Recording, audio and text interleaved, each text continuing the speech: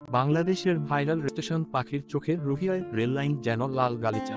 পাখির চোখে দেখলে ঠাকুরগাঁওয়ের রুহিয়া রেল স্টেশন এলাকার রেললাইন দেখে প্রথম দেখায় মনে হবে রেললাইনের দুপাশ কারা যেন লাল গালিচা বিছিয়ে দিয়েছে। বর্তমান সোশ্যাল মিডিয়ায় রেল স্টেশনের ছবি ও ভিডিও ভাইরাল দেখা যায়। একই রকম ভাবে আকর্ষণের এক জায়গা। দূর দূরান্ত থেকে ছুটে আসে মানুষ এক ঝলক দেখার জন্য। কাছে গেলেই বোঝা যায় গালিচা আসলে গালিচা নয়, পাকা মরিচ। রেললাইনের পাশে পাকা মরিচের লাল রং যেন মিশে গেছে প্রকৃতির ক্যানভাসে।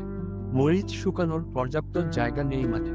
মরিচ শুকাতে রেল লাইন এলাকা কৃষকেরা বেছে নিয়েছে। পাখির চোখে দেখলে নিচের রেল লাইন প্রথম দর্শনে বোঝার উপায় নেই, বরং লালগালিচায় ঢাকা বিস্তীর্ণ পথ মনে হবে। কাছে গেলে স্পষ্ট হয় রেল লাইনের ধারে শুকাতে দেয়া হয়েছে পাকা মরিচ। এ দৃশ্য ঠাকুরগাঁওয়ের রুহিয়া রেল স্টেশন এলাকার। মরিচ শুকিয়ে বাজারজাত করলে বাড়তি দাম পাওয়া যায়, তাই প্রতিদিন ভোরে বস্তায় শুকনা মরিচ রেললাইনের ধারে নিয়ে আসেন চাষিরা। দুই পাশেও রেললাইনের পাতের মাঝখানে পাটি মাদুর বিছিয়ে মরিচ শুকাতে দেন। পরে প্রক্রিয়াজাত শেষে সে মরিচ যায় দেশের বিভিন্ন প্রান্তে।